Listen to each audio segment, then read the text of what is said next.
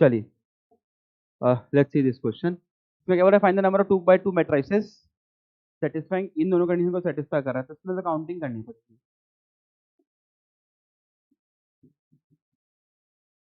ठीक है, चलो तो करते हैं काउंटिंग। काउंटिंग में भी सिंपल सी काउंटिंग है ये, क्योंकि 2x2 का ही तो मैट्रिक्स है वो। देखो, तो अगर मैं ए मैट्रिक्स को थोड़ी देर के ऐसा मान लूं, ए बी सी डी, और मुझे पता है कि भाई ये जो एलिमेंट्स हैं ए बी सी और डी, ये सब क्या क्या हो सकते हैं, -1 हो सकते हैं या 1 हो सकते हैं, इसके अलावा और कोई हो ही नहीं सकते।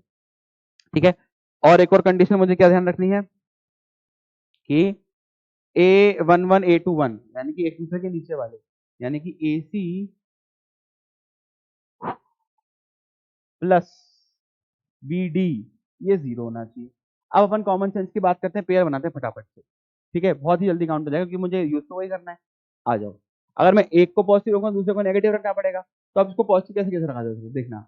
दोनों 1 हो जाए, -1 1 हो जाए, दोनों 1 हो जाए, 1 और -1 हो जाए। ठीक, आई थिंक मेरी बात आपको क्लियर है।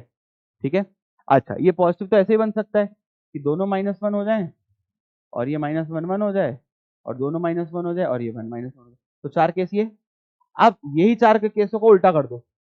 क्यों? क्योंकि भाई ये भी तो -1 हो सकता है, ये भी 1 हो सकता है, तो यहाँ से 4 ये आ गए, और इन्हीं चारों को उल्टा करेंगे तो 4 × 2 यानी कि टोटल कितने केस आ गए, 8। बस ये आपका आंसर है। ठीक है, तो 8 है, यहाँ लिख दे रहा हूँ मैं आंसर। क्लियर है?